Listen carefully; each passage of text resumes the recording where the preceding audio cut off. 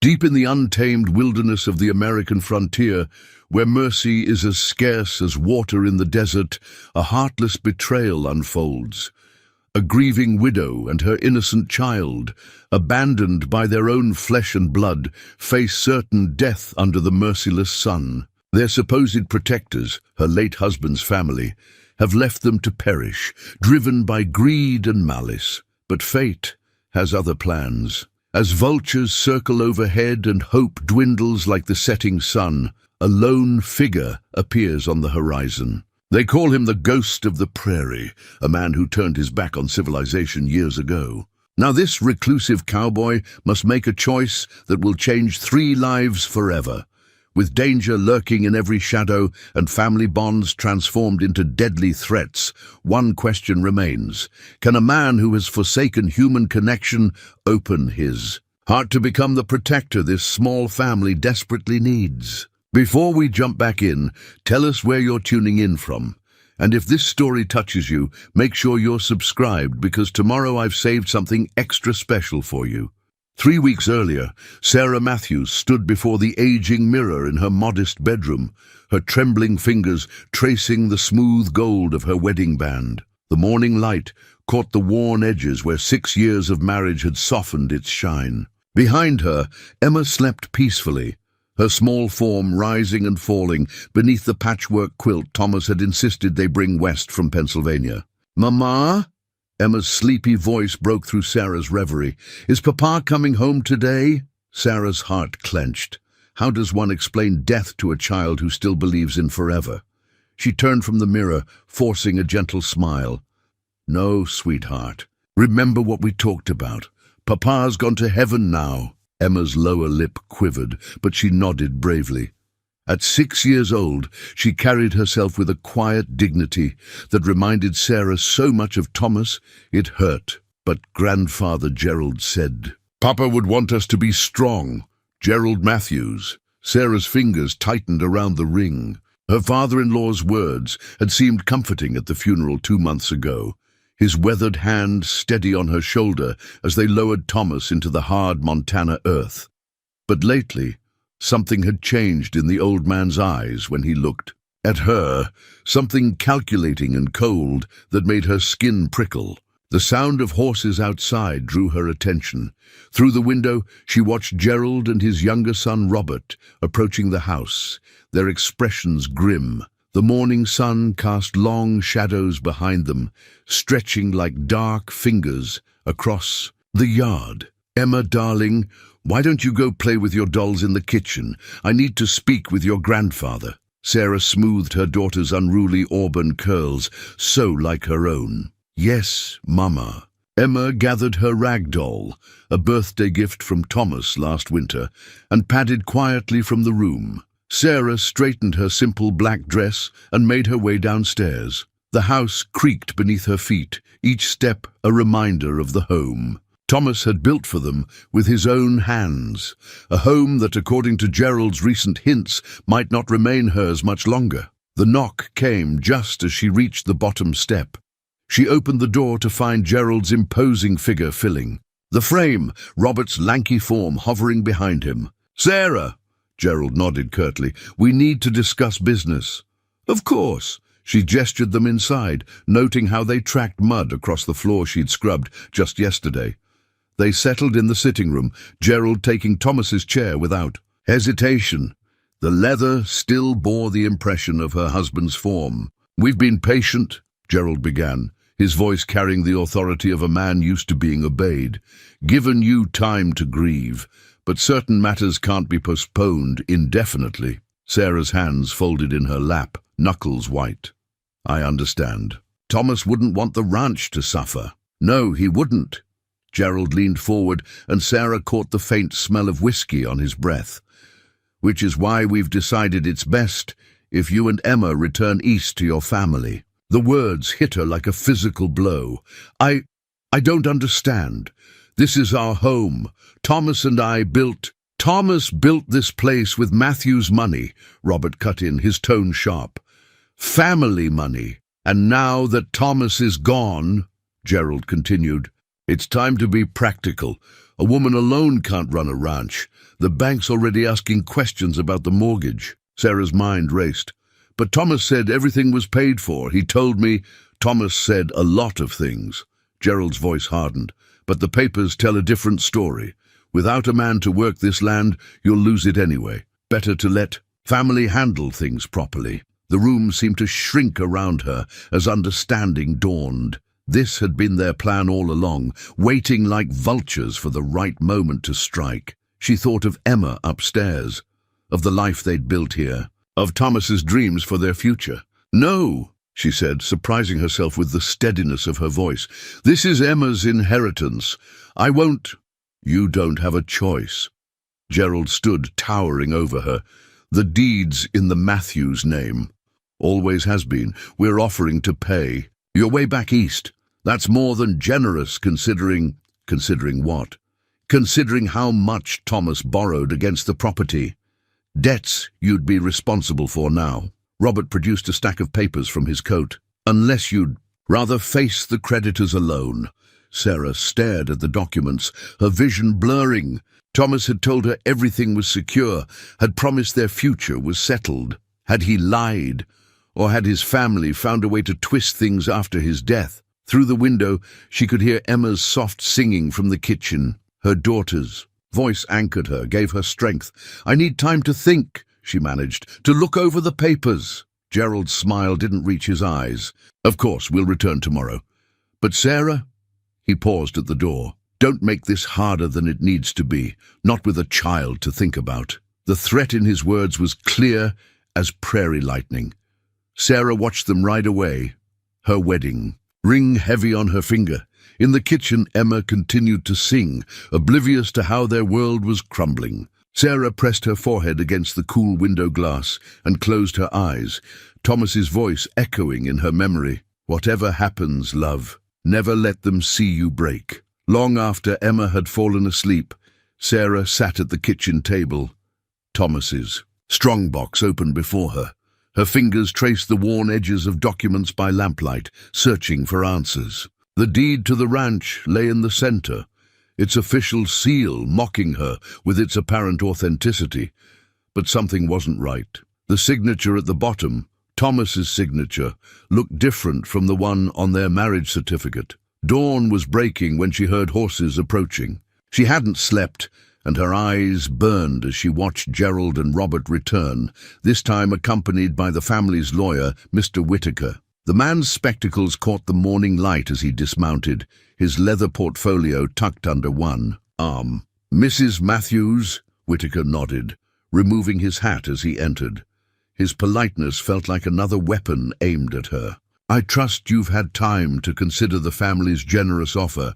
Sarah laid out the documents she'd found. "These signatures don't match." A flicker of something, concern, fear, crossed Whitaker's face before his professional mask returned. "Grief can make us see things that aren't there, my dear." "Show me the original deed," Sarah demanded, "the one Thomas signed when he first bought the land." "Unfortunately," Gerald cut in, "that document was lost in last year's flood. The copy we have is perfectly legal." Robert shifted uncomfortably by the door, and Sarah caught the tell, the slight twitch of his mouth that always betrayed his lies, just as it had when they were children playing cards. She turned to Whitaker. "If Thomas owed so much money, there must be bank records. I want to see them." "Mrs. Matthews," Whitaker sighed, "you're only making this harder on yourself. And on Emma." The mention of her daughter made Sarah's spine stiffen. "What do you mean?" Gerald stepped forward, his shadow falling across the table. "The territories, no place for a woman alone. Accidents happen, bandits, wild animals. Who would protect you and the girl?" The threat hung in the air like smoke. Sarah thought of the neighbors, the closest miles away, and how isolated the ranch had become since Thomas's death. Even the hands had slowly drifted away, following Gerald's subtle suggestions that work might be more steady elsewhere. "The stagecoach leaves for Chicago on Thursday," Robert added almost gently.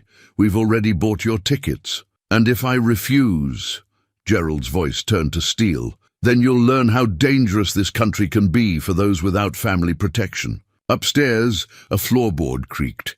Emma appeared at the top of the stairs, clutching her rag doll. "Mama!"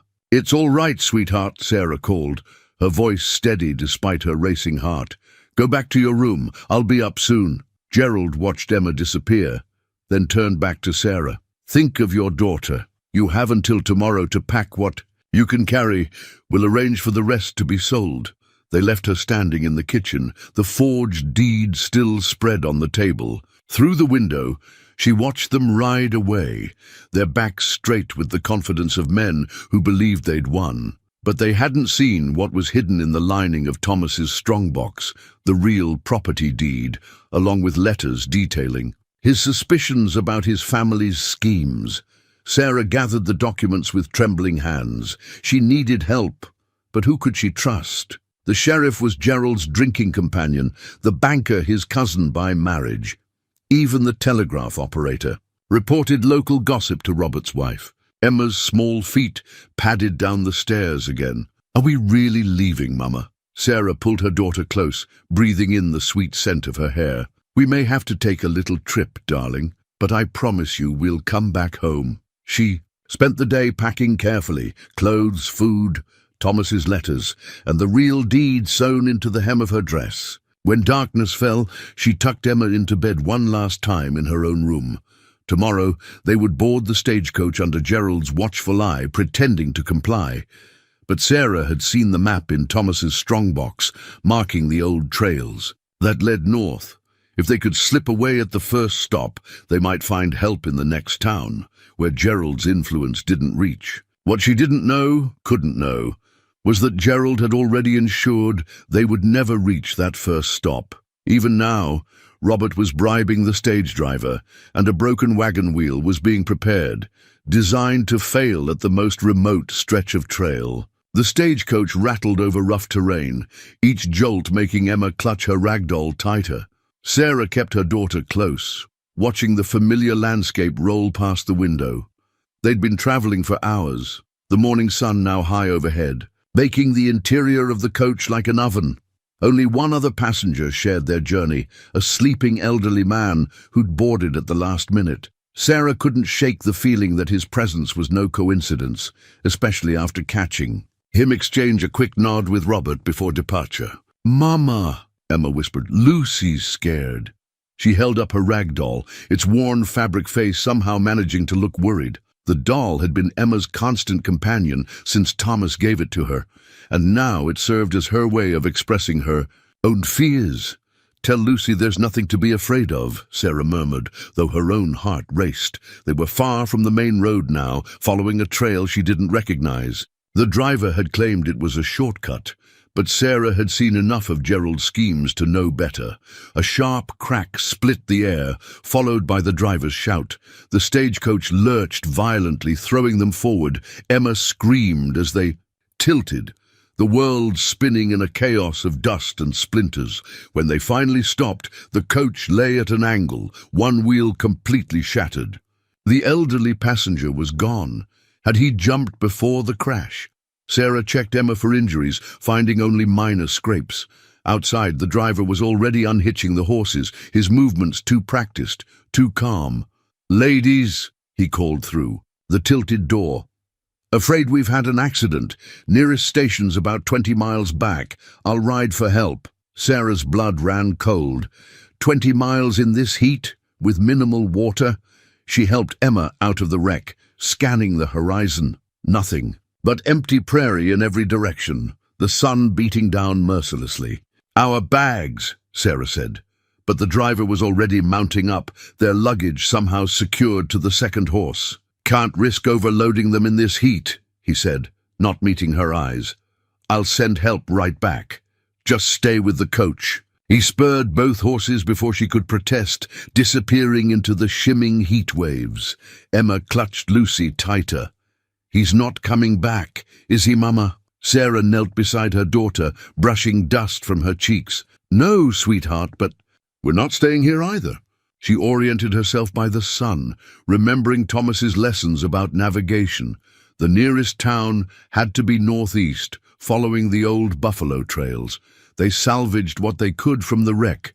a canteen half full of warm water, Emma's shawl for protection against the sun, and a small packet of bread that had fallen from their packed lunch. Sarah tore strips from her petticoat, wrapping them around their heads for protection against the relentless sun. "We're going on an adventure," she told Emma, trying to keep her voice light. "Like the explorers in your books. Lucy can help us. Look for landmarks." They started walking, Sarah setting a pace Emma could manage. The sun climbed higher, the heat becoming a living thing that pressed down on them with tangible weight. She made Emma sip water at regular intervals, though each time the canteen felt lighter sent panic through her chest. By mid-afternoon, Emma's steps had slowed to a shuffle. Her face was flushed despite the cloth covering, and Lucy dangled limply from her hand. Sarah carried her whenever she could, but her own strength was fading.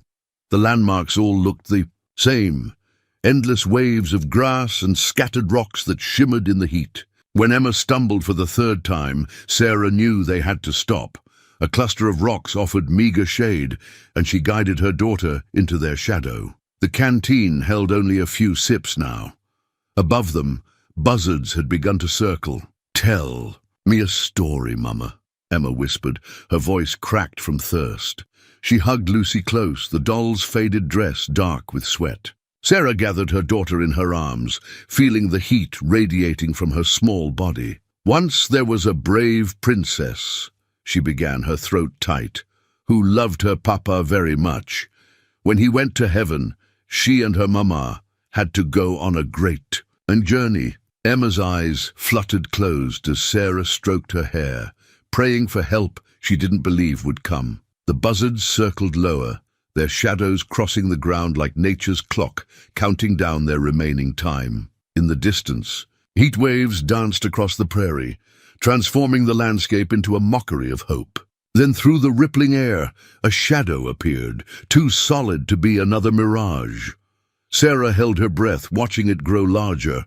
A rider, moving fast and straight toward them. Friend or foe, it didn't matter anymore. Any human presence meant a chance at survival, though she clutched Thomas's hidden letters closer, knowing they were still their only hope for justice. The shadow grew clearer, and Sarah saw it was a man on horseback, his form silhouetted against the merciless sky like something out of a fever dream. She pulled Emma closer, feeling her daughter's ragged breathing against her chest, and waited to discover whether their salvation or doom approached across the burning prairie. The rider materialized from the heat waves like a phantom, his approach marked by the steady drumming of hoofbeats. As he drew closer, Sarah could make out the distinctive shape of a Winchester rifle mounted to his saddle, the weapon that had become as much a part of the frontier as the wild grass itself. He reined his horse to a stop several yards away, dust settling around him. The man sat tall in the saddle, his face shadowed by a worn cavalry hat. Years of sun and wind had weathered his features into something resembling the rocky terrain around them, but his eyes were sharp and alert as they took in the scene. "Ma'am," he said, his voice rough from disuse. The single word carried neither threat nor warmth. Sarah struggled to her feet, keeping Emma behind her. "Our stagecoach broke down," she managed, her throat painfully dry. "The driver went for help." "But no stage runs this route." His statement was flat, matter of fact. The horse shifted beneath him, and Sarah caught glimpses of old scars on its flanks, a mount that had seen its share of trouble. Emma peered around Sarah's skirts, still clutching Lucy. The man's gaze softened almost imperceptibly at the sight of the child. He dismounted in one fluid motion, keeping his distance but reaching for a water skin at his saddle. "Drink," he said, tossing it carefully so it landed within Sarah's reach. Slowly. Sarah's hands shook as she uncorked the skin. She helped Emma drink first, measuring small sips, then took some herself. The water was warm but clean, and it took all her willpower not to gulp it down. "James Hawkins," the man offered, though he seemed to wrestle with whether to give his name at all. "My place is about 4 miles north. You can rest there until arrangements can be made." Sarah hesitated. Emma's fever was rising, and they had no real choice, but experience had taught her to be wary of strangers' kindness. "Why would you help us?" Something dark flickered across his face. "Because leaving you out here would be murder." He paused, studying the broken stagecoach in the distance. Though that seems to have been someone's intention. A breeze stirred the grass, carrying the promise of evening. Emma swayed on her feet, and Sarah caught her before she fell. Without a word, Hawkins stepped forward and lifted the child into his arms, his movements gentle despite his weathered appearance. "I'll take her up first," he said, mounting smoothly while cradling Emma. "Then come back for you." Sarah watched as he settled her daughter securely in front of him, noting how naturally he adjusted his hold to support her fever-weakened form. The Winchester caught the late afternoon sun, its worn stock speaking of long use. A weapon maintained that well suggested a man who understood the difference between preparation and paranoia. "Your daughter will be safe," he said, reading her concern. "You have my word." Something in his tone, perhaps the way he said it like a binding contract rather than a casual reassurance, made Sarah believe him. She nodded, and he turned his horse north, Emma's head already drooping against his chest as exhaustion took over. Sarah waited in the meager shade of the rocks, watching their silhouette grow smaller against the burning sky. The buzzards had scattered at Hawkins' arrival, but she could still see them circling in the distance, as if waiting to see if their meal would be denied. True to his word, Hawkins returned within the hour. He helped her mount behind him without ceremony, his movements efficient and impersonal. As they rode, Sarah caught glimpses of the land through eyes trained to wariness, natural landmarks, changes in vegetation, subtle signs that marked the transition from open prairie to someone's territory. "They call you the ghost of the prairie," she said, remembering whispered conversations from town. "They say you appear and disappear like a spirit." "People talk too much," he replied, but there was no anger in his voice, only a tired acceptance of human nature. The sun was setting when a small homestead came into view, tucked into a natural fold in the land that made it nearly invisible, until you were upon it. A creek bubbled nearby, its banks lined with cottonwoods that offered blessed shade. The cabin itself was well maintained but modest, with a small corral and barn set back against a rise. Emma was sleeping inside, Hawkins told her as he helped her down. She'd taken more water and her fever had broken, but she needed rest. Sarah followed him into the cabin, noting the sparse but orderly interior. A single chair had been pulled, up beside a narrow bed where Emma lay, Lucy still clutched in her arms. "Why did you really help us?" Sarah asked as Hawkins moved to leave them alone. He paused at the door, his hand resting on the frame. "Because 18 years ago, no one helped my wife and son when they needed it." Without another word, he stepped outside, leaving Sarah to watch over her sleeping daughter and wonder what kind of sanctuary they had found in this lonely corner of the prairie. The cabin's interior gradually revealed itself in the fading light.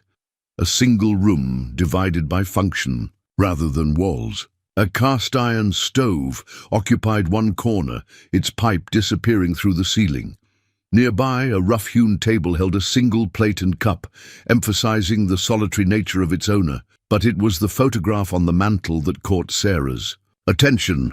A weathered image of a woman and young boy standing before this very cabin, their smiles frozen in time.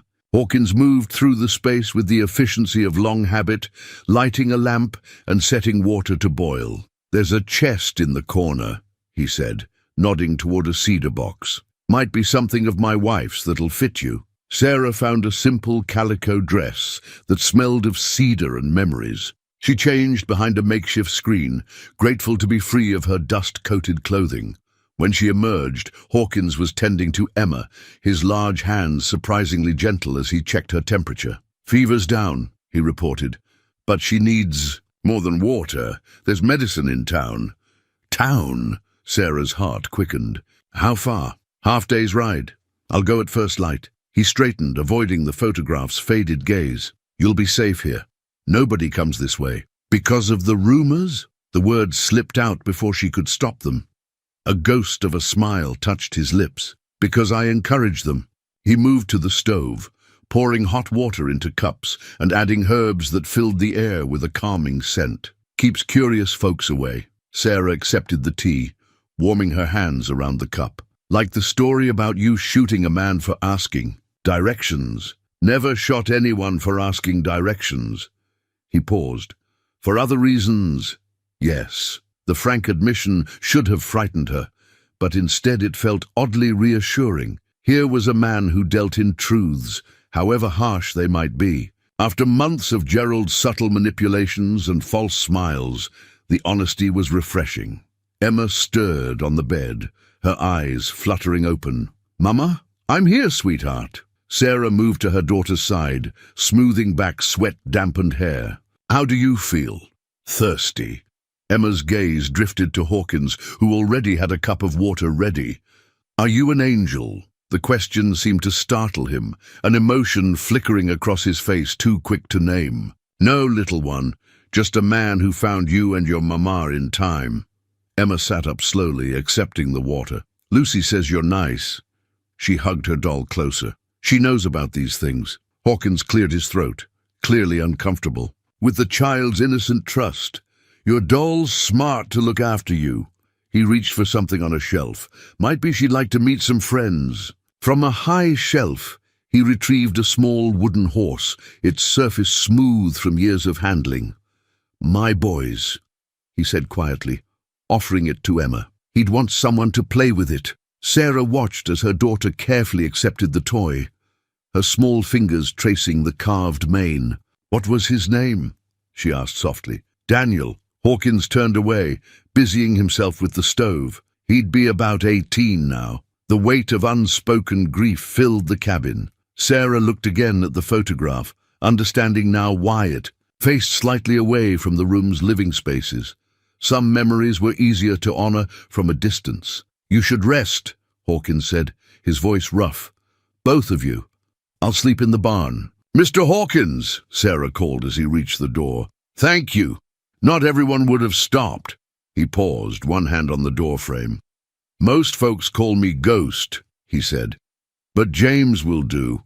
Without another word, he stepped into the gathering. Darkness, leaving Sarah and Emma in the lamplit sanctuary of his solitary world. Later, after Emma had drifted back to sleep with the wooden horse tucked beside Lucy, Sarah stood at the window. The moon had risen, casting silver light across the prairie. In its glow, she could see James sitting on the cabin's single step, his Winchester across his knees as he kept watch over his unexpected guests. She touched the photograph on the mantel gently, wondering what confluence of tragedy and circumstance had led them all to this moment. Outside, an owl called into the night, its cry echoing across the empty prairie like a reminder that even in the wildest places, no soul was meant to remain completely alone. The old medical kit lay open on the table, its leather worn smooth by years of use. Sarah watched through fever-blurred vision as James sorted through its contents with practiced hands. Her own fever had risen suddenly in the night, her body finally surrendering to the strain of their ordeal. "Military issue," he explained, selecting a small bottle. "From my time in the cavalry, never know when you'll need it out here." The lamplight caught the edges of old scars on his hands as he measured out the medicine. Through the haze of fever, Sarah drifted between past and present. One moment she was watching James tend to her. The next, she was back at the ranch. Thomas's voice echoing in her ears. "Don't trust them, love," he whispered. "My father will never forgive me for choosing my own path." "Easy now." James's voice drew her back. "Medicine's bitter, but it'll help." His calloused hand supported her head as she drank, the gesture careful, almost tentative, as if he'd forgotten how to offer comfort. Emma hovered nearby, Lucy clutched in one arm, the wooden horse in the other. "Is Mama going to be all right?" "Your Mama's strong," James assured her, his gruff voice gentling. "Just needs rest, like you did." He turned back to Sarah, his expression troubled. "The fever's making you remember things you might not want to share." Sarah realized she must have been speaking her thoughts aloud. "They killed him," she whispered. "Thomas, the accident at the mill." "It wasn't an accident." James's hands stilled over the medical kit. "You're sure?" "Found letters in his strongbox. He knew they were stealing from the ranch. Confronted them." The words slipped out between waves of fever, secrets she'd carried too long burning their way free. Emma's small voice cut through the delirium. "Mama, you're scaring me." "Here now," James said, lifting Emma onto the bed beside Sarah. "Your mama just needs sleep. Why don't you tell her about the birds we saw this morning?" Emma settled against the headboard, her presence anchoring Sarah to the present. "Mr. James showed me baby sparrows in the barn," she began, her voice taking on the storytelling lilt she'd inherited from Thomas.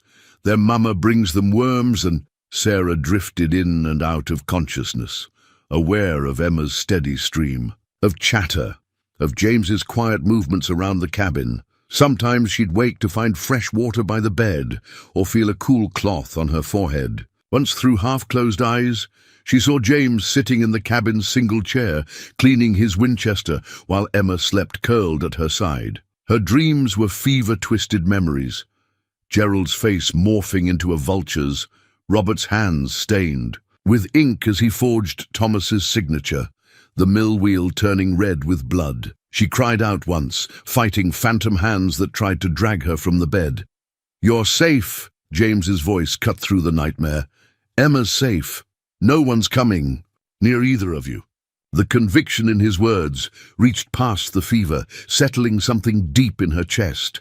Sarah forced her eyes open, finding his face close to hers in the lamplight. "Why do you live alone out here?" A shadow crossed his features. "Same reason. As you're running, some things a person can't face without changing who they are." "And who are you?" "Someone who learned too late that justice and law aren't always the same thing." He turned away, but not before Sarah caught the deep well of pain in his eyes. "Rest now. Fever's breaking." She slept again. But this time the dreams were different. She was standing in a sunlit field, Thomas beside her, his smile as warm as she remembered. "You found help, love," he said. "Now let him find his way back too." When Sarah woke fully, sunlight was streaming through the cabin's windows. Emma was gone, but she could hear her daughter's laughter floating in from outside. Pushing herself up, she made her way to the door on shaky legs. Emma was in the barn doorway, watching in delight as James showed her how to feed the Sparrow family without frightening them. Lucy and the wooden horse sat carefully arranged on a hay bale, as if supervising the lesson. The morning light caught James's profile, and for a moment Sarah saw past the hardened exterior to the man he must have been before loss rewrote his story. He looked up, catching her watching. "Should be in bed," he called, but there was no real reproach in his voice. "Thank you," she said simply, "for everything." He nodded once, then turned back to Emma's eager questions about the birds. But something had shifted, like a door long rusted shut, starting to remember how to open. Gerald Matthews stood in the sheriff's office, his imposing figure casting a long shadow across the wanted poster he'd just nailed to the wall. Sarah's face stared back at him, the artist's sketch making her look harder than she was, more desperate. Below the image, bold letters spelled out, "Wanted for questioning, Sarah Matthews and child, Emma Matthews. Reward offered for information leading to their safe return." "Ain't right," Deputy Wilson muttered, studying the poster. "Using official. Channels for a family matter." Gerald's voice carried the weight of his influence. "A woman stealing away with a child in the dead of night, taking documents that don't belong to her. That's more than a family matter, Deputy." The young lawman shifted uncomfortably. "Still no sign of the stage driver?" "Man's probably halfway to Mexico with our money." Robert entered the office, bringing the smell of trail dust with him. Found the coach where he said, "But no bodies." He caught himself. No sign of them. Gerald's jaw tightened. Things weren't going according to plan. The driver was supposed to leave them far enough out to ensure they'd never make it back, but not so far that their bodies wouldn't be found. A grieving widow and child, lost to the prairie's cruel embrace. It would have been a tragic tale, but one that would have sealed the ranch's fate cleanly. "I want riders checking every homestead within 50 miles, Gerald ordered. "Someone must have seen something." The deputy hesitated. "That's a lot of territory, Mr. Matthews, and some folks out there don't take kindly to questions." "Then double the reward." Gerald pulled out his wallet, counting bills onto the desk. "And make sure people understand. This is about bringing a confused, grieving woman and her child home safely. Nothing more." Robert watched their performance with barely concealed distaste. He'd gone along with his father's schemes for years, telling himself it was for the family's good. But something about Sarah's quiet strength had started eating at him, making him question everything they'd done since Thomas's death. Outside the sheriff's office, the town was coming alive with morning activity. Gerald watched the gathering crowd with satisfaction as they noticed the poster, whispers already spreading like wildfire. Sarah wouldn't be able to hide for long, not with every desperate soul in the territory looking for easy money. "What if she has proof?" Robert asked quietly. "About Thomas?" Gerald's face hardened. "Then we'd better pray she doesn't live to show it." He mounted his horse, addressing the growing crowd. "My daughter-in-law's not well, folks. Grief can do terrible things to a person's mind. She's taken my granddaughter into dangerous territory. Any help finding them will be well rewarded." Sympathetic murmurs rippled through the crowd.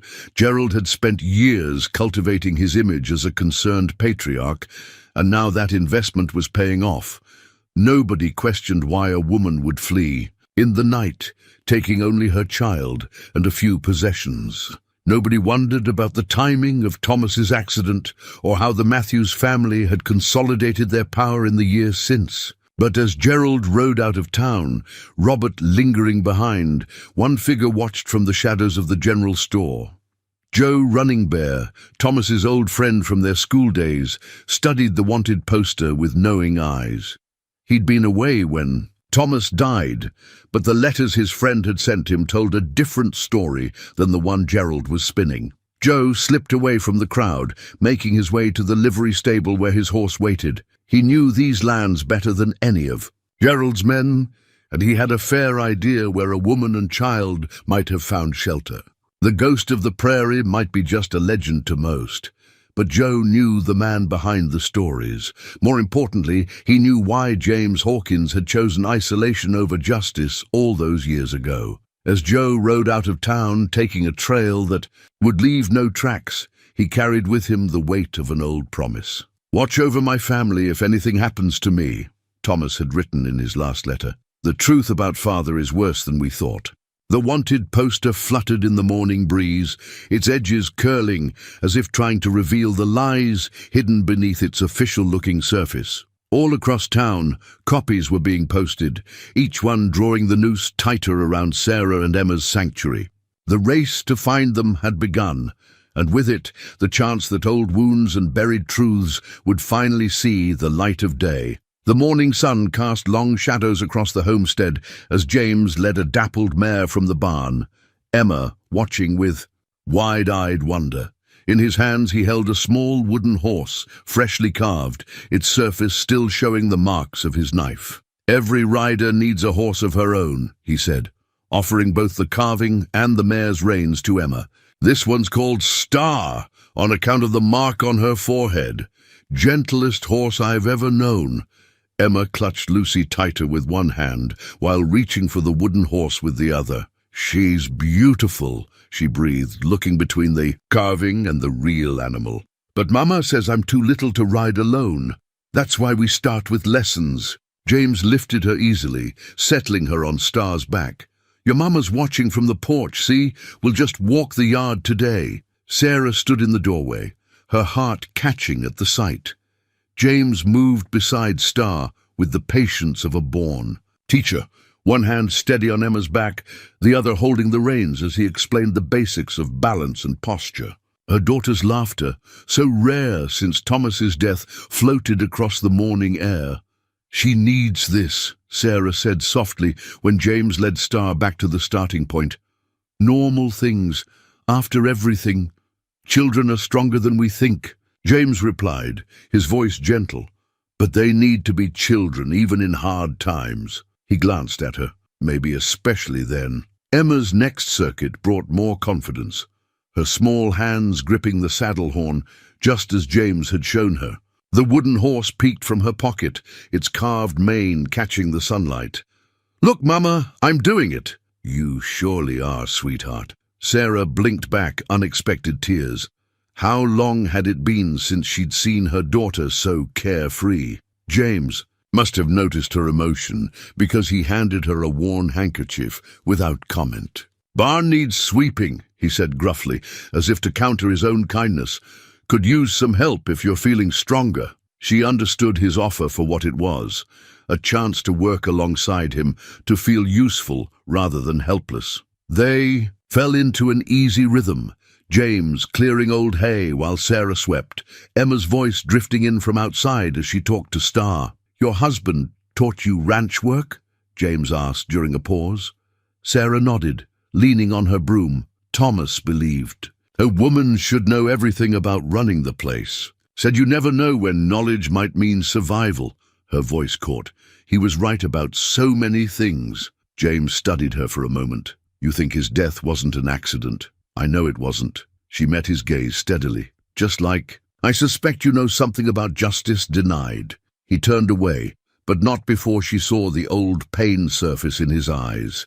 "Justice is a fancy word for revenge sometimes. Doesn't always bring peace." "What brings peace then?" "Haven't figured that part out yet."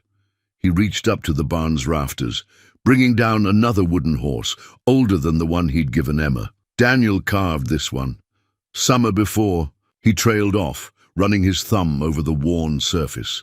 Sarah touched his arm gently. "Thank you for sharing it with her. For sharing all of this." Their eyes met, and something shifted in the space between them. An understanding born of shared loss and unexpected trust. The moment broke as Emma's voice called from outside. "Mr. James, Star found something." They emerged to find Emma still mounted, pointing excitedly toward the creek. A deer and her fawn had emerged from the brush, drinking cautiously from the clear water. "Stay still now," James murmured, moving closer to Star. "Let them be, and they might stay a while." Emma held her breath, watching in wonder as the fawn took tentative steps after its mother. The wooden horse in her pocket seemed to take on new meaning, a talisman of this moment, of safety found in unexpected places. Later, as James taught Emma how to brush down Star after her ride, Sarah caught him smiling. A real smile that softened the hard edges of his face. He felt her watching and straightened, trying to recover his usual stoic expression. But something had changed. The ghost of the prairie was becoming human again, one small moment at a time. That evening, Emma arranged her growing collection of wooden horses on the cabin's windowsill. The old one of Daniel's, her new one from James, and a smaller one she'd found tucked away in a drawer, which Sarah suspected might have belonged to James himself as a boy. Together, they told a story of 3 lives intersecting, of healing found in the sharing of cherished things. The old newspaper lay between them on the table, its yellowed pages brittle with age. The headline stood stark against the faded paper: "Local ranch family murdered. No suspects found." Sarah's fingers traced the date. 18 years ago, almost, to the day. "I was away," James said, his voice barely above a whisper. "Army patrol." Catherine had written about strangers asking questions, men watching the ranch.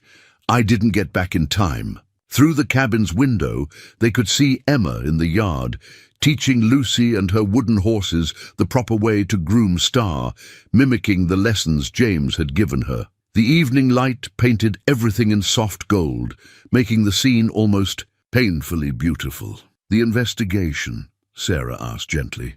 "Sheriff said it was bandits. Random violence." James's laugh held no humor. "Nothing random about it. Catherine had proof that the territory's biggest rancher was running cattle off small homesteaders' land, forging deeds, forcing families out." His hands clenched. "Same things your father-in-law's doing now." Sarah's breath caught. "You knew?" About Gerald? Man like that, his reputation travels. When Thomas started asking questions in town last year, I recognized the pattern. He met her eyes. Should have done something then. Maybe your husband would still be alive. You can't blame yourself for what they did. Sarah touched his hand. Briefly. Thomas made his choice to stand up to them, just like Catherine did. James stood abruptly, moving to the window. Catherine kept everything, every piece of evidence, every threatening note. Had it all ready for the territorial marshal. His voice roughened, found it all burned, along with... Sarah joined him at the window, watching Emma's innocent play. What did you do? What the law wouldn't. Tracked them down one by one. Not all deaths in the territory that year were natural. He turned to her, eyes haunted. But it didn't bring them back. Just turned me into something else, something Daniel wouldn't have recognized. Is that why you stayed out here? To punish yourself? To remember? And to watch? Make sure it didn't happen again. He nodded toward Emma. Your girl reminds me of Daniel. Same way of seeing good in everything. A floorboard creaked, and they turned to find Emma in the doorway, her face serious. Mr. James? Stars making funny noises. The shift in James was immediate, personal demons set aside in favor of practical concerns. Might be colic. Better check on her.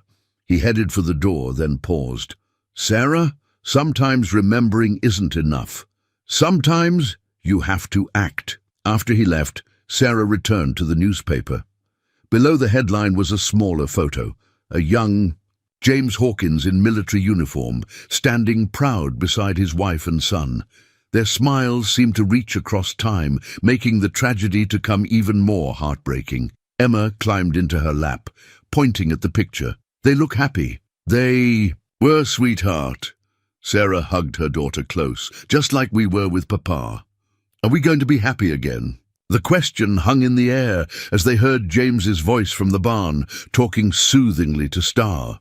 Through the window, Sarah could see him working with quiet efficiency, his movements sure, despite the growing darkness. I think we might be, she answered finally. Different than before, but yes. Later, after Emma was asleep, Sarah found James still in the barn. He was sitting on a hay bale, holding something in his hands, a small tin-type photograph, too worn to make out clearly. Catherine took it, he said without looking up. Day Daniel learned to ride. Kept it in my wallet all these years. Sarah sat beside him, their shoulders barely touching. Tell me about them. And there in the darkness, surrounded by the soft sounds of horses and the distant cry of nighthawks, James began to speak. He told her of Catherine's laugh and Daniel's endless questions, of picnics by the creek and dreams of a future they'd never see. With each word, the weight he'd carried seemed to shift, not lifting entirely, but perhaps becoming more bearable for being shared. The newspaper article lay forgotten on the cabin table, its grim headlines overshadowed by the stories of love and life that had come before the tragedy. Outside, the prairie wind whispered through the grass, carrying with it the promise that even the deepest wounds could heal, given time and trust enough to try. The anonymous letter arrived with Joe running, bare just before dawn, carried through the last shadows of night. James met him at the edge of the property, their conversation brief and tense.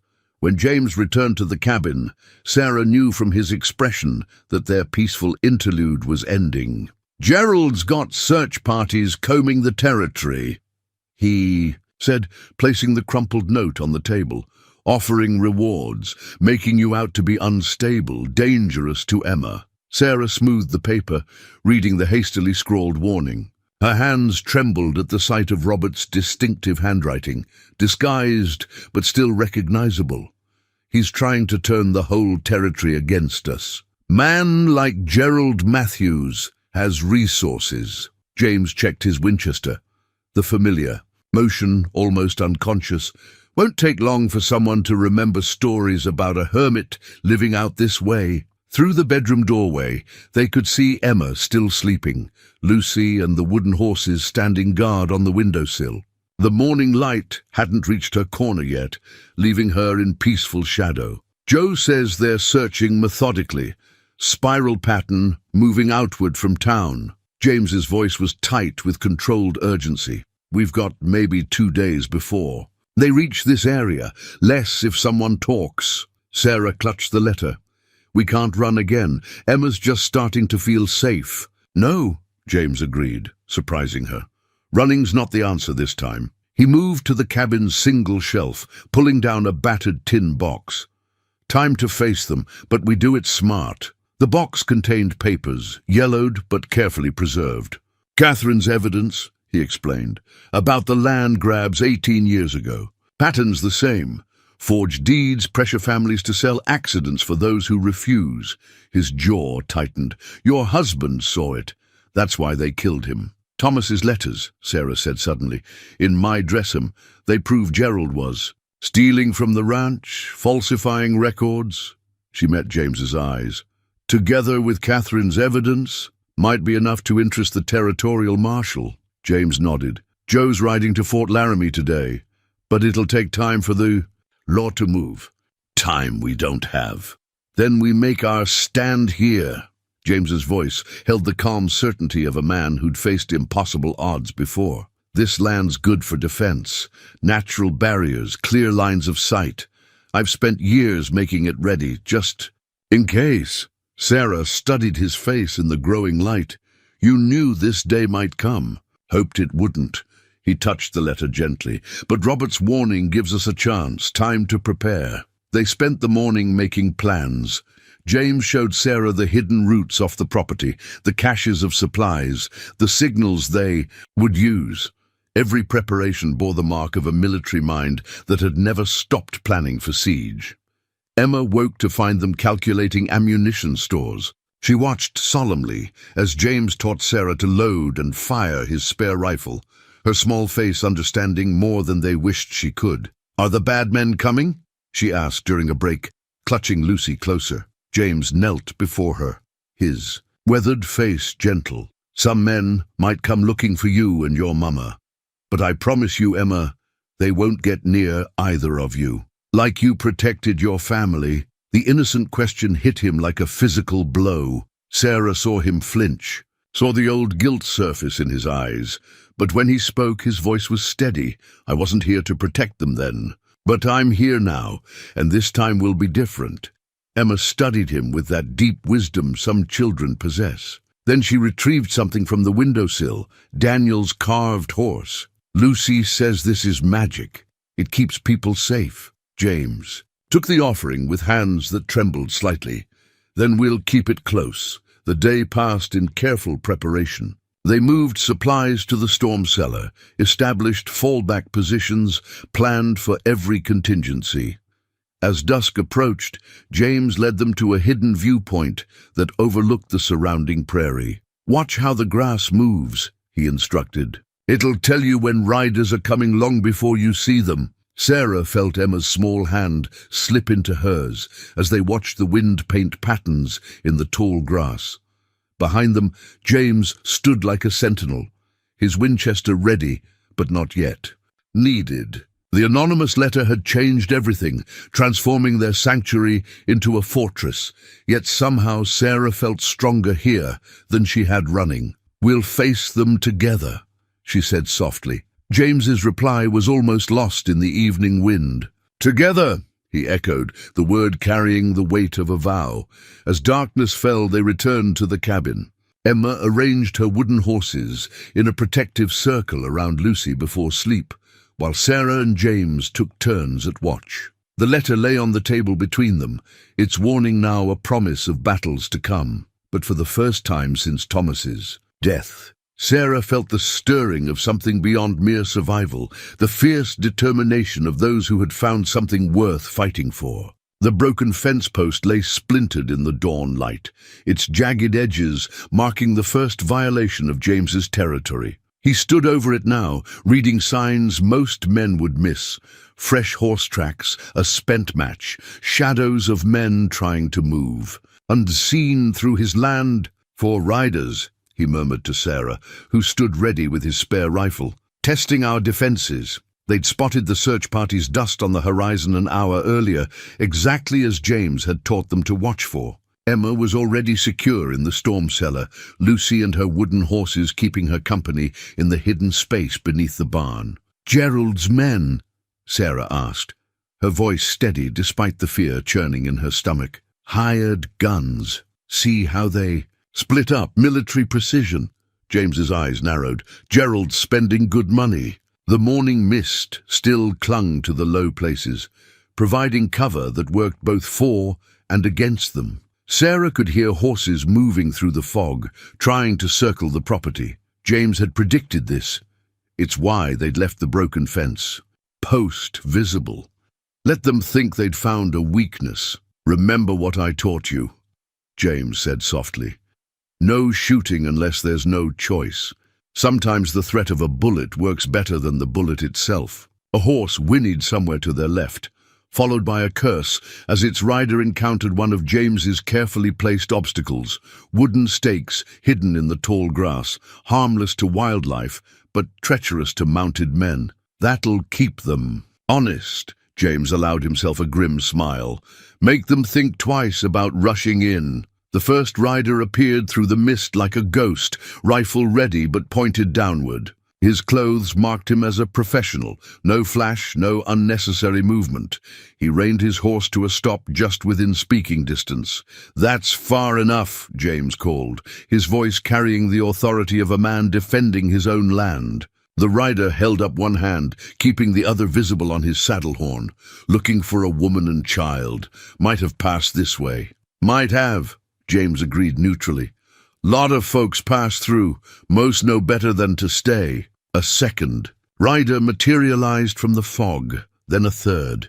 The fourth, Sarah realized, was keeping hidden, probably with a clear shot if things went wrong. Just as James had warned her they would. "Got reward money for information?" The first rider continued. $500. "Good money for just pointing us the right way." Must be important, folks, offering that kind of reward. Gerald Matthews is a concerned grandfather. The rider's voice hardened slightly. "Wants his family back safe." Sarah's finger tensed on her rifle's trigger, but James's slight headshake steadied her. "Let them talk. Let them wonder what they're really facing." "Heard about that," James said conversationally. "Also heard his son died under questionable circumstances. Heard the widow might have papers proving something interesting about that death." The riders shifted uneasily. The first man's casual pose became more alert. "Might be best if you just tell us if you've seen them. Might be best if you ride out now while you can."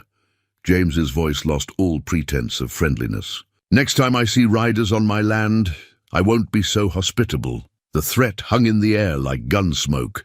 The riders looked at each other, measuring the steel in James's voice against their pay. The first man studied the property again, taking in the defensive positions, the clear fields of fire, the obvious preparation for trouble.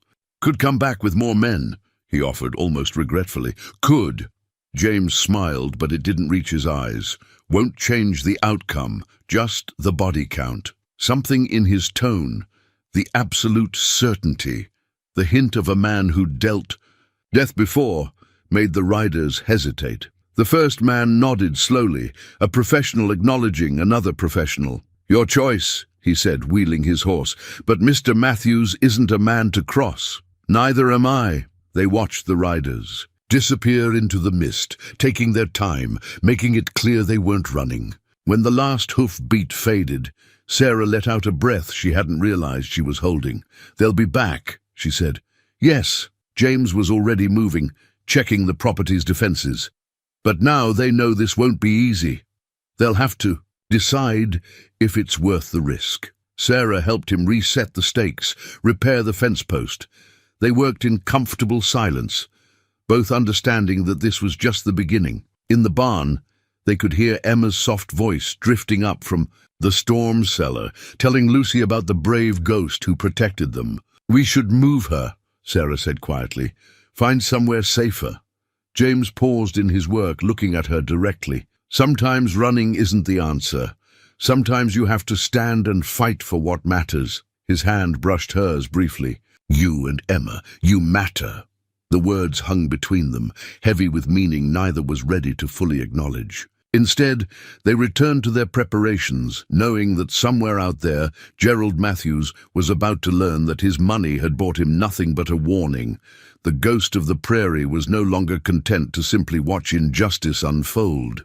Thomas's real will emerged from its hiding place in Sarah's dress hem like a butterfly from a chrysalis, the paper soft and worn from constant contact. James spread it carefully on the table beside Catherine's evidence, the two sets of documents telling the same story across 18 years. See the pattern? James traced the dates with a weathered finger.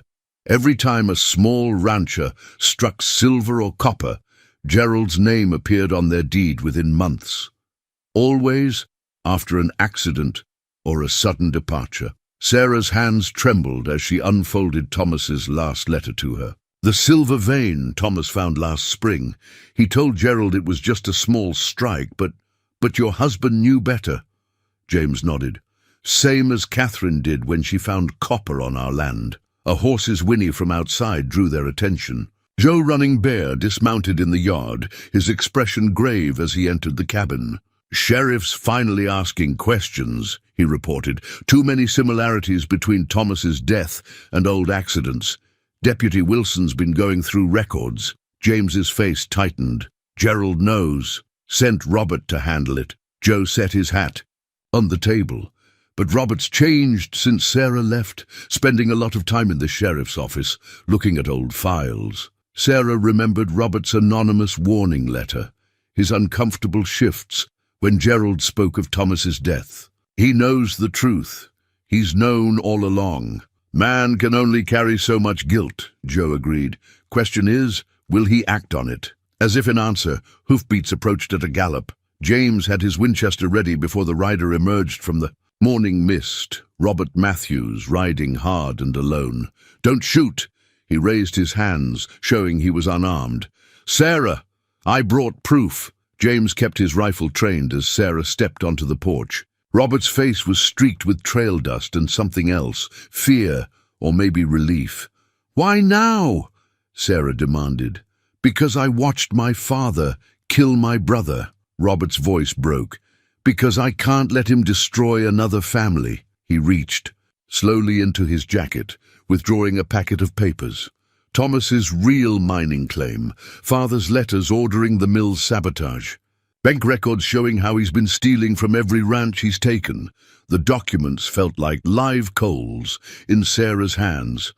Here was everything Thomas had died trying to prove, delivered by the very man who had helped hide the truth. Sheriffs deputized 12 men, Robert continued urgently. Father's gathering his own force. You need to get these to the territorial marshal now, before... A shot cracked across the morning air. Robert jerked, surprise replacing relief on his face. As he toppled from his saddle, more shots followed, kicking up dirt around them as James pulled Sarah to safety. Riders coming, Joe called from his watchpost. At least 15.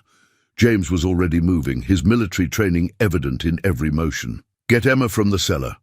We'll take the back trail to Fort Laramie. Sarah clutched the evidence to her chest as she ran for the barn. A stray bullet splintered the doorframe beside her, but she didn't slow. Emma was already climbing out of the cellar, Joe's warning shot having triggered their practiced escape plan. Lucy's scared, Emma whispered as Sarah lifted her onto Stars. Back. Then we'll have to be brave for her. Sarah mounted behind her daughter, feeling James press Thomas's letters and Robert's proof into her saddlebag.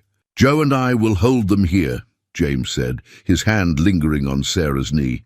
Give you time to reach the fort. His eyes met hers, saying everything they hadn't found words for yet. We'll bring help, Sarah promised. I know. He stepped. Back, rifle ready.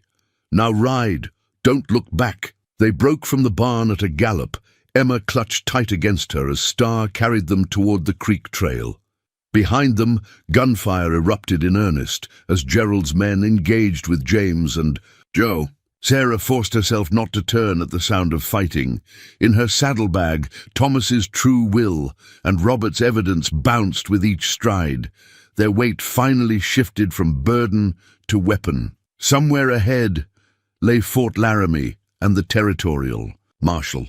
Somewhere behind, two men who had lost families to Gerald Matthews's greed now fought to protect her and Emma from the same fate. The morning sun broke through the mist as they rode, lighting their way toward justice or doom.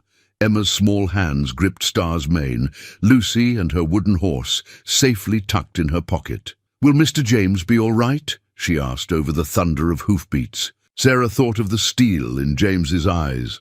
The weight of 18 years of waiting finally lifted by the chance to act. "He will," she said, and prayed she spoke truth. "He has something worth fighting for now." The storm lantern cast wild shadows. As Sarah and Emma huddled in the abandoned line shack, night had fallen too quickly, forcing them to take shelter when Star picked up a stone bruise. Outside, thunder growled across the prairie like distant gunfire, each rumble making Emma clutch Lucy tighter. "How far to Fort Laramie?"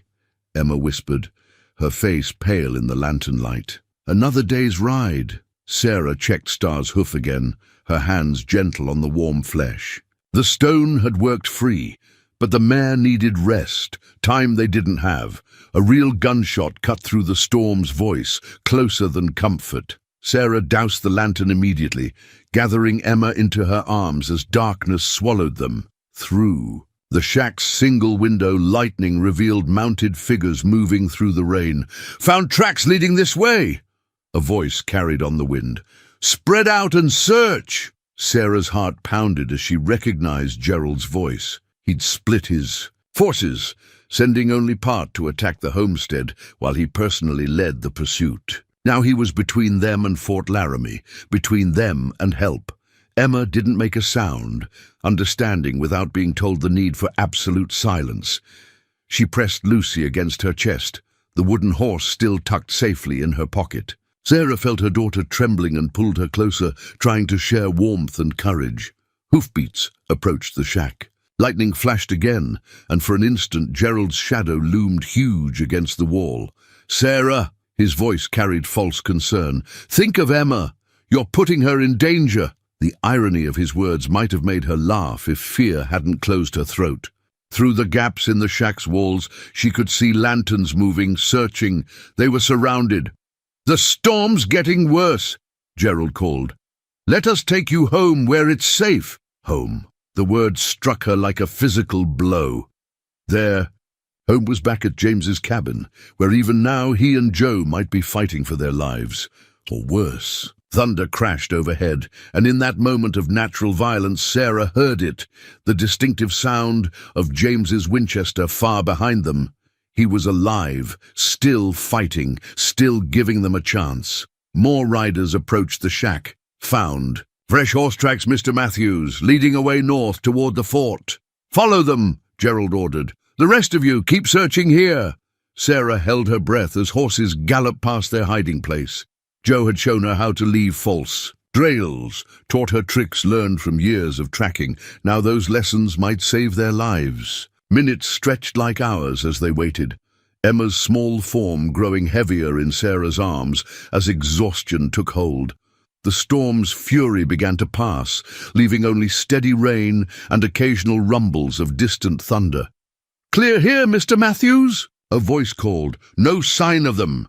They have to be somewhere." Gerald's frustration was evident. "Keep looking. They couldn't have gotten far in this weather." More hoofbeats splashed through mud, moving away. Sarah counted seconds, then minutes, straining to hear any sound of remaining searchers. Finally, when the night held only rain and wind, she dared to breathe normally again. "Mama?" Emma's whisper was barely audible. "I'm scared." "I know, sweetheart." Sarah kissed her daughter's forehead. "But being scared doesn't matter. What matters is what we do about it." Emma was quiet for a moment. "Like Mr. James? He gets scared too, but he's brave anyway." Exactly like that. Sarah thought of James facing down Gerald's men, buying them.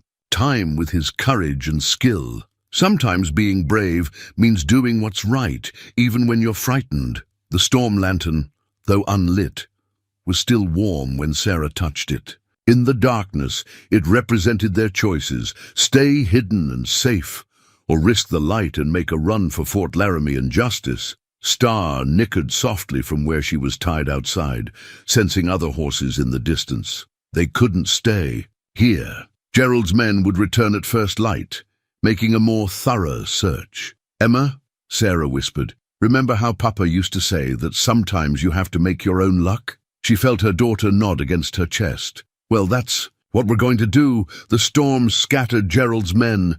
"They'll expect us to wait it out, to hide until morning." Sarah retrieved Thomas's letters and Robert's evidence from her saddlebag, keeping them dry against her skin. "So we're going to ride now, in the dark, while they're still searching the wrong places. Through the storm?" Emma's voice shook slightly. "Through the storm." Sarah packed quickly, efficiently. "The rain will hide our tracks, and the darkness will be our friend. Can you be brave a little longer?" Emma straightened, and even in the darkness, Sarah could sense her daughter's determination. "Lucy says we can do it. Lucy's very wise." Sarah helped Emma mount Star, then swung up behind her. The mare's hoof seemed better after its rest, and the cool rain would help any lingering soreness. They set out into the night, moving slowly at first, until their eyes adjusted to the darkness. The storm's remnants provided cover, while distant lightning showed them the way. Behind them, Gerald's men continued their fruitless search, while, somewhere back at James's homestead, shots still echoed occasionally through the rain. Sarah pressed Thomas's letters closer to her heart, feeling their weight like a compass pointing toward justice. Dawn would find them either at Fort Laramie, with help, or caught in Gerald's trap. But for now, they rode through darkness toward hope. 3 small figures against the vast prairie night, a mother, a child, and a faithful mare, carrying their courage and their proof through the storm. The territorial marshal's badge caught the morning sun as he read through the evidence, each page turning with deliberate care. Behind him, Fort Laramie's walls offered protection, while Sarah watched his face for any reaction. Emma slept in a nearby cot, exhausted from their night ride through the storm. "Thomas Matthews was a good man," Marshal Davis said finally, setting down Robert's confession.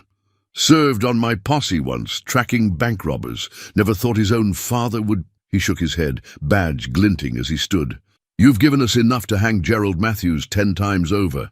Sarah's hands trembled with exhaustion and relief. "There are men fighting at James Hawkins' homestead. They need help." "Already dispatched a squad when you arrived?" Davis checked. His pocket watch. "Should be there by now. Your friend Hawkins, he's the one they used to call the Ghost." "Yes." The marshal nodded thoughtfully. "Heard stories about him over the years. Man who lost everything, turned vigilante. Never could prove anything, but some of the territory's worst men met unfortunate ends after crossing his path." He studied Sarah. Interesting that he chose to stand and fight this time instead of striking from the shadows. He had something worth fighting for, Sarah said quietly.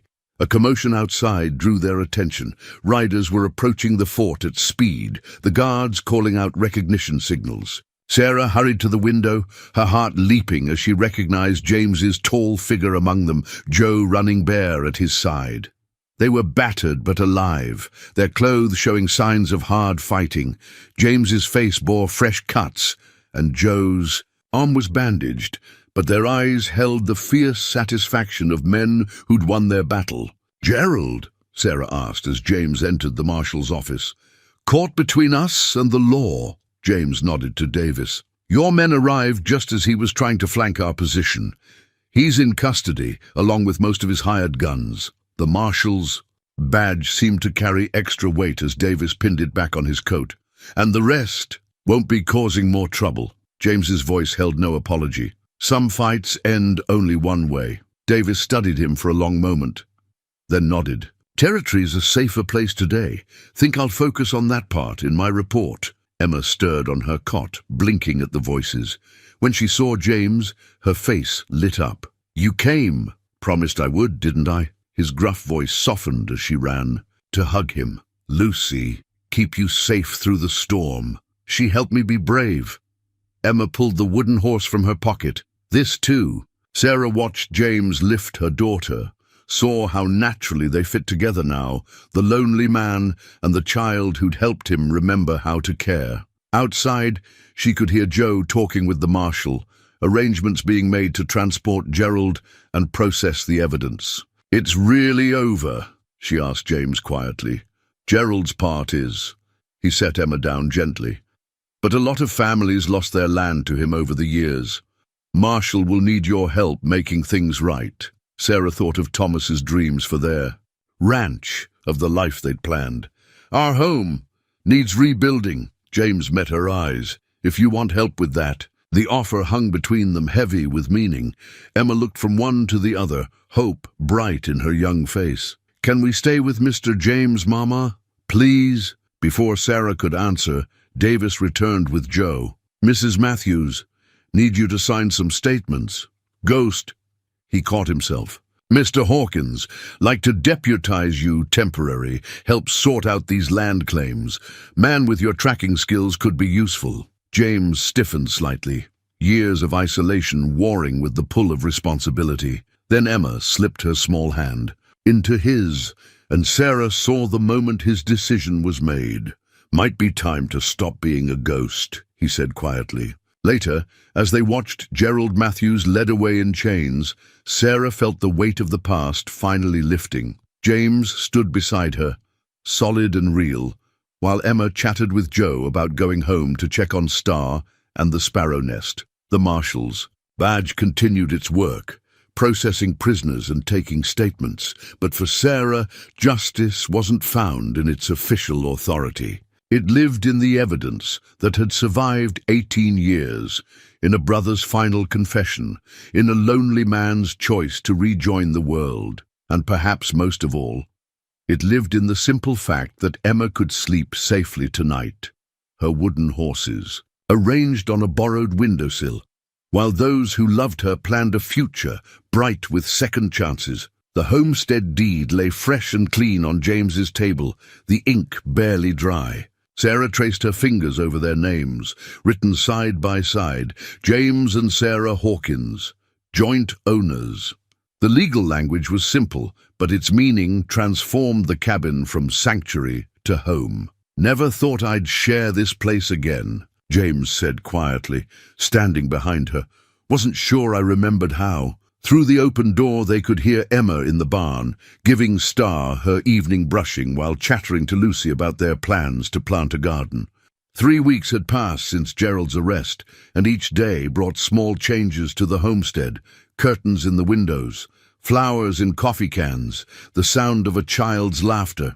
"Having second thoughts?" Sarah asked, turning to face him. James shook his head, a smile softening his weathered features. "About marrying you? No, about deserving this?" He gestured to encompass the cabin, Emma's voice, their shared future. "Every day. Good thing it's not about deserving." Sarah touched his cheek, feeling the roughness of his beard. "It's about choosing, and living with those choices." Their quiet wedding 2 days ago had been attended by Joe, Marshall Davis, and a handful of neighbors who'd begun cautiously reaching out once the truth about Gerald spread.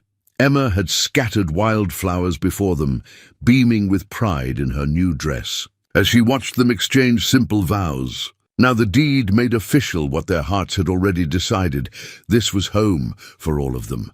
A place to heal, to grow, to build something new from the ashes of past sorrows. "Mr. James!" Emma's call from the barn carried excitement. "The sparrows have babies. Come see." James's face lit with the smile he seemed to reserve only for Emma. "Duty calls," he said, pressing a kiss to Sarah's forehead before heading out. Sarah watched through the window as he lifted Emma up to peek into the nest, his strong hands gentle and sure. Her daughter's delight at each new discovery had worked magic on the lonely man they'd found in the wilderness. The ghost of the prairie was truly gone, replaced by a husband and father who grew more comfortable in those roles with each passing day. The homestead itself was transforming. James and Joe had repaired the damage from the firefight, then gone on to make improvements. A proper bedroom for Emma, a larger kitchen, a workshop where James could teach Emma woodcarving. Each change marked their commitment to the future. Sarah unpacked the last of their belongings, brought from the old ranch by Joe after Gerald's arrest. Among them, she found Thomas's old journal, its pages filled with dreams for the ranch and hopes for Emma's future. With tears in her eyes, she placed it on the shelf beside Catherine's Bible. Two treasured memories sharing space in their new life. "Mama!" Emma burst in, eyes shining. "Can I name the baby birds? Mr. James says they'll need names once they learn to fly." "I said they might need names," James corrected, following her inside. "After they're bigger. Lucy thinks we should name them now." Emma clutched her doll and the wooden horse, constant companions in all her adventures. "So they know where home is when they fly." Sarah and James exchanged glances, recognizing the deeper meaning in their daughter's words. Home wasn't just a place marked by a deed, it was the certainty of belonging, the knowledge that love waited behind familiar walls. "Speaking of home," James said, drawing something from his pocket, "made this today." He handed Emma a freshly carved horse, its lines flowing with grace. "Thought your collection needed one more." Emma studied the carving with solemn appreciation. "It looks like star. Figured our family's good luck charm deserved a place on your windowsill." Sarah watched Emma arrange the new horse alongside the others. Daniel's old one, the first one. James had given her, the one found in the drawer. Together they told the story of how three wounded souls had found each other and formed something new and precious. As dusk painted the prairie gold, they sat on the porch together, Emma between them, as she pointed out constellations James had taught her. The deed waited inside, its presence a promise of permanence. But the real deed, Sarah knew, had been written in moments like this, in shared meals and gentle teachings, in laughter and healing, in the daily choice to love and trust. James's hand found hers in the gathering darkness, warm and sure. Before them stretched the endless prairie, no longer a place of loneliness, but a landscape of possibility. Tomorrow would bring more changes, more challenges, more chances to build the life they'd chosen together. For now, they watched the stars emerge, three hearts beating in time, while somewhere in the barn, baby sparrows dreamed of flying. The family portrait caught the late summer light, fresh from the photographer's studio in town. Sarah studied the three of them, frozen in time. James standing tall and proud, his hand resting on Emma's shoulder, while Sarah sat beside them, her smile reflecting a happiness she'd once thought lost forever. "Looks right peculiar," James muttered, adjusting his new coat collar. The formal clothing still made him uncomfortable, but he'd worn it without complaint for Emma's sake. "Man's not meant to be captured in a box." "You look handsome," Sarah assured him, touching the photograph's frame. "And it's important to mark the moment, show people who we are now." They were preparing for the harvest social at the newly restored Matthews Ranch, their first public appearance since reclaiming Sarah's inheritance. The territorial court had moved swiftly after Gerald's arrest, returning stolen properties to their rightful owners. Now the ranch would serve as neutral ground, a place for healing old wounds and building new bridges. Emma twirled in her new dress, her wooden horses and Lucy arranged carefully on her dresser. "Will Cousin Beth be there, and Uncle Robert's children?" Sarah exchanged glances with James. Robert's death had left his wife and children caught between loyalty and truth. But Beth had reached out first, bringing her children to meet their cousin, acknowledging the past while hoping for a better future. "They'll be there," Sarah confirmed, along with many other families who lost their lands to Gerald. "It's time to make things right." James buckled on his gun belt out of habit, then slowly removed it. The ghost's weapons weren't needed anymore. Marshal Davis had seen to that, working tirelessly to restore justice to the territory. James's skills now served a different purpose, tracking lost cattle, helping neighbors, teaching Emma to read the land's subtle signs. The ride into town felt different now. People waved as they passed, children called out to Emma, and James no longer tensed at every approach. His reputation had transformed from fearsome to respected, the community gradually accepting the man who'd helped expose Gerald's crimes. The ranch house emerged from the evening haze, lanterns already lit for the gathering. Sarah felt James's arm tighten around her waist as memories threatened to overwhelm them both. Thomas's death, Gerald's schemes, the long road to justice. But Emma's excitement proved contagious as she spotted her cousins playing in the yard. Look how many people came. She bounced in the saddle before James helped her down. Indeed, the yard was filled with families, many of whom had lost homes to Gerald's greed. But there was no bitterness in their greetings tonight, only shared determination to build something better.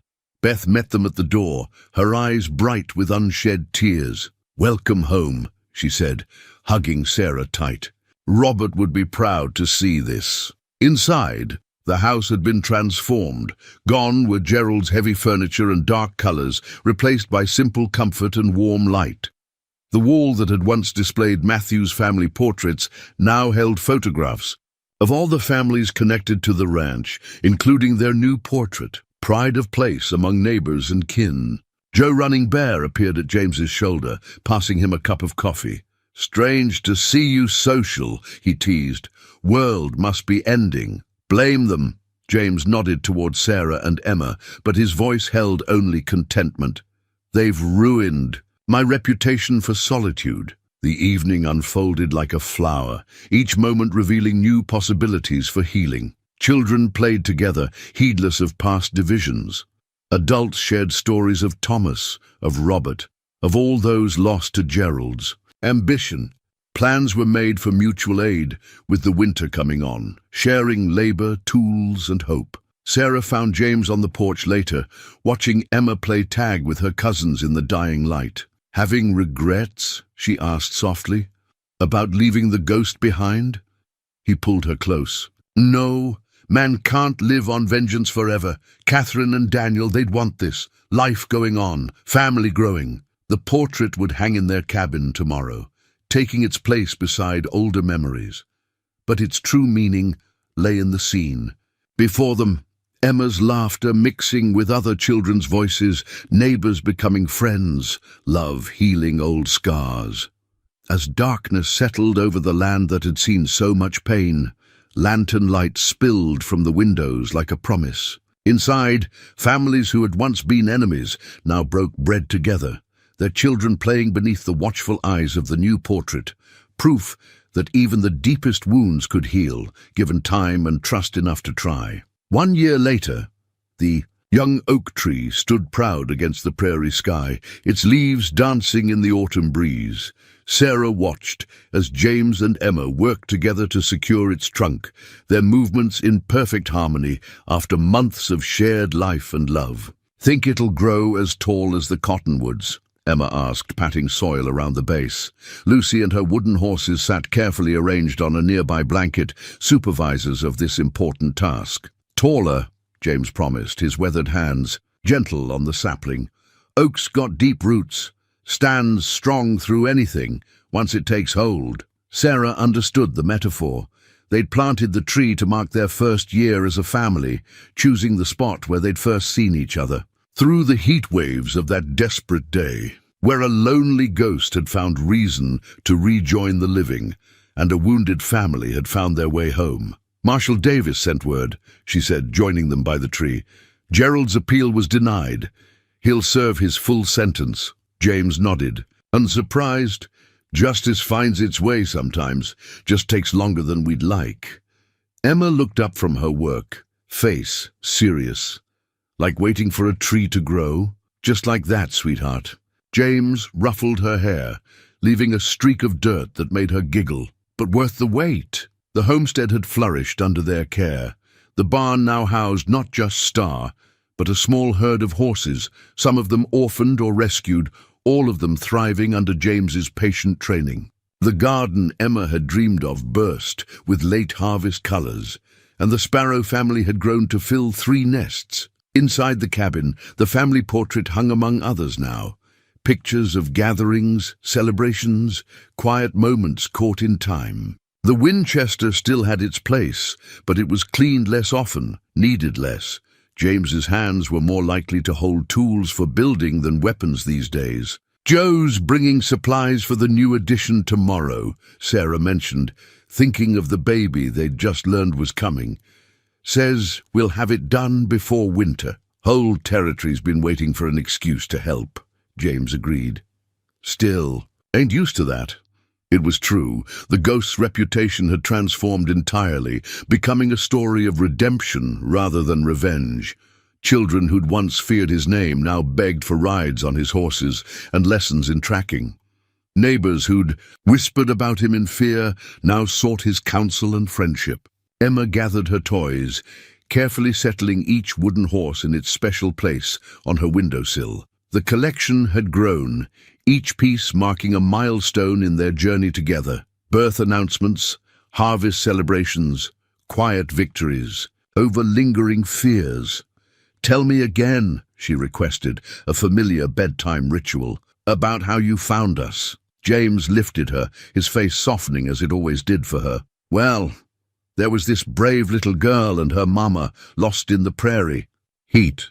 Sarah listened to the story she knew by heart, hearing how James shaped the harsh truth into something Emma could understand and learn from. How fear could lead to courage, how loss could open the door to love, how family was something you could choose and build, like the oak tree taking root outside. Later, after Emma slept, Sarah and James stood on the porch in the gathering dusk. His arm around her waist was solid and sure, their bodies fitting together as naturally as breathing. "Sometimes I wonder," she said softly, "if Thomas and Catherine, as somehow knew, guided us to each other when we needed it most." James was quiet for a moment, watching the young oak's leaves silver in the moonlight.